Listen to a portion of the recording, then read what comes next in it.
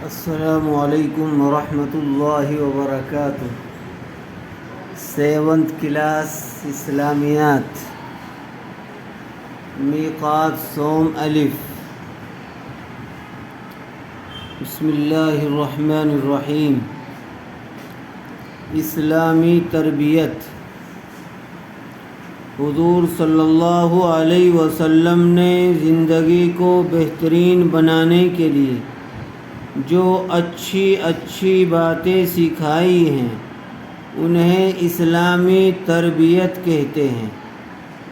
ترغیبی بات: لقد كان لكم في رسول الله اسوة حسنہ، یقیناً تمہارے لیے اللہ کے رسول صلی اللہ علیہ وسلم کی ذات میں زندگی گزارنے کے لیے بہترین نمونہ ہے۔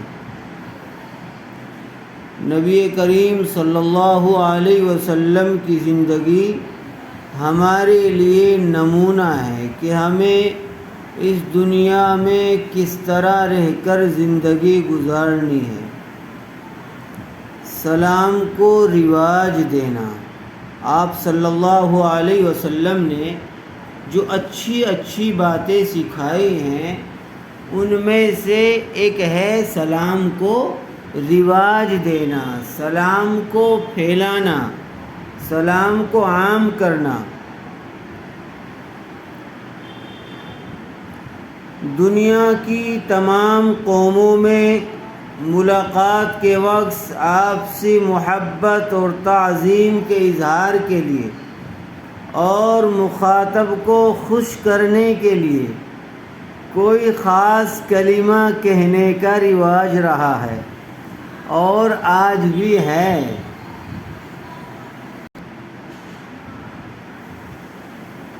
اسلام نے بھی ہمیں ایک دوسرے سے ملاقات کے وقت السلام علیکم اور وعلیکم السلام کہنے کی تعلیم دی ہے۔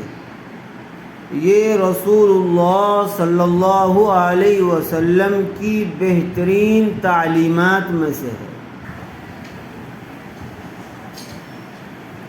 اپنی محبت اور تعلق کو ظاہر کرنے کے لیے اس سے بہتر کوئی اور کلمہ نہیں ہو سکتا۔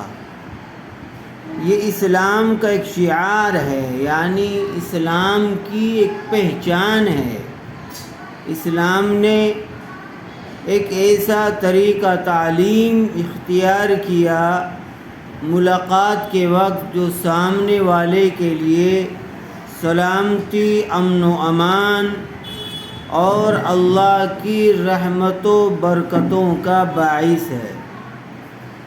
سلام سے آپس میں محبت بڑھتی ہے، دل سے کدورت دور ہوتی ہے اور سلام کرنے والے ایک دوسرے کو اپنا ہمدرد اور خیر خواہ سمجھتے ہیں۔ اسی لیے اسلام نے اس کو رائج کرنے اور مسلمانوں کے درمیان عام کرنے کی تاکید کی ہے۔ ایک حدیث میں رسول اللہ صلی اللہ علیہ وسلم کا یہ ارشاد ہے کہ تم اس وقت تک جنت میں نہیں جا سکتے جب تک پورے مومن نہ ہو جاؤ، اور اس وقت تک تم پورے مومن نہیں ہو سکتے جب تک کہ تمہارے درمیان محبت نہ ہو جائے۔ کیا میں تمہیں وہ عمل نہ بتا دوں جس کو کرنے سے تمہارے درمیان محبت پیدا ہو جائے؟ وہ یہ ہے کہ سلام کو آپس میں خوب پھیلاؤ۔ اس سے آپس میں ایک تعلق قائم ہوگا، محبت بڑھے گی۔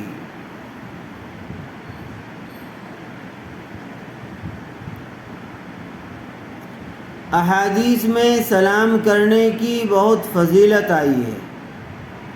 حضور صلی اللہ علیہ وسلم نے فرمایا، لوگوں میں اللہ کے قریب اور اس کی رحمت کا زیادہ مستحق کہ لوگوں میں لوگوں میں اللہ کے قریب اور اس کی رحمت کا زیادہ مستحق وہ بندہ ہے جو سلام کرنے میں پہل کرے۔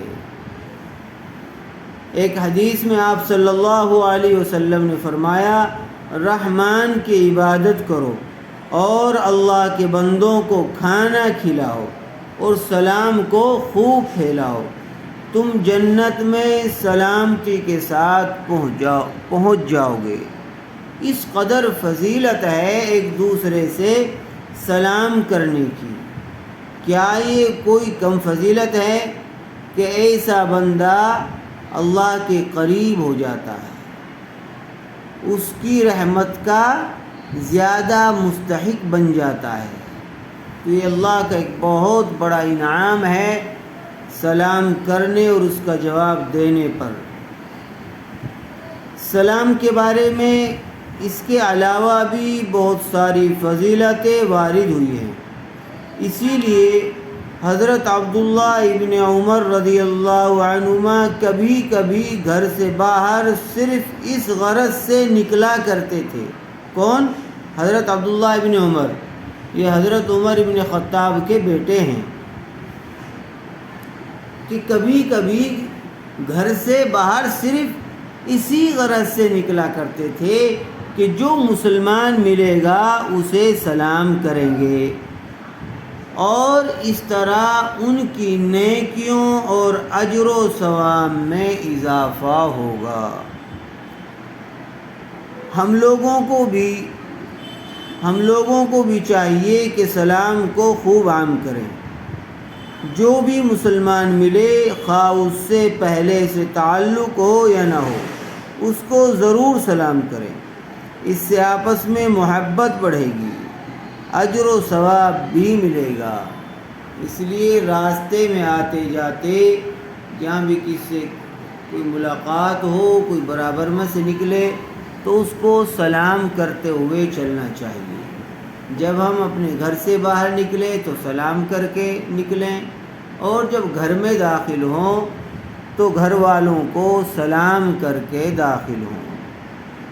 اس سبق کو اچھی طرح سے یاد کر لیجئے اور اس پر عمل کرنے کی کوشش کیجیے۔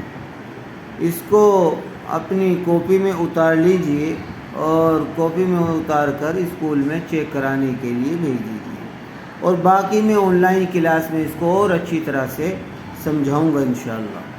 السلام علیکم ورحمۃ اللہ وبرکاتہ۔